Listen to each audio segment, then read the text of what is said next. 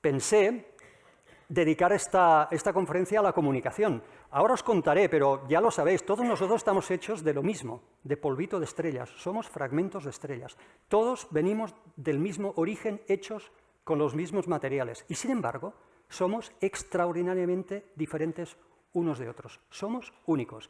A veces, como sabéis, en las empresas jugamos a clasificar las personas con tests que nos clasifican. Tú eres rojo, tú eres D, tú eres lo que sea. Perdonad, es que hay 7.500 millones de tipos de personas en este mundo. Somos únicos. Y además tenemos la característica de que hoy yo soy así, mañana igual, me levanto con el pie cambiado y soy un poco diferente o muy diferente. Somos completamente únicos. Y sin embargo, en las empresas, en el mundo de la empresa, estamos comunicando como si fuesen todos iguales.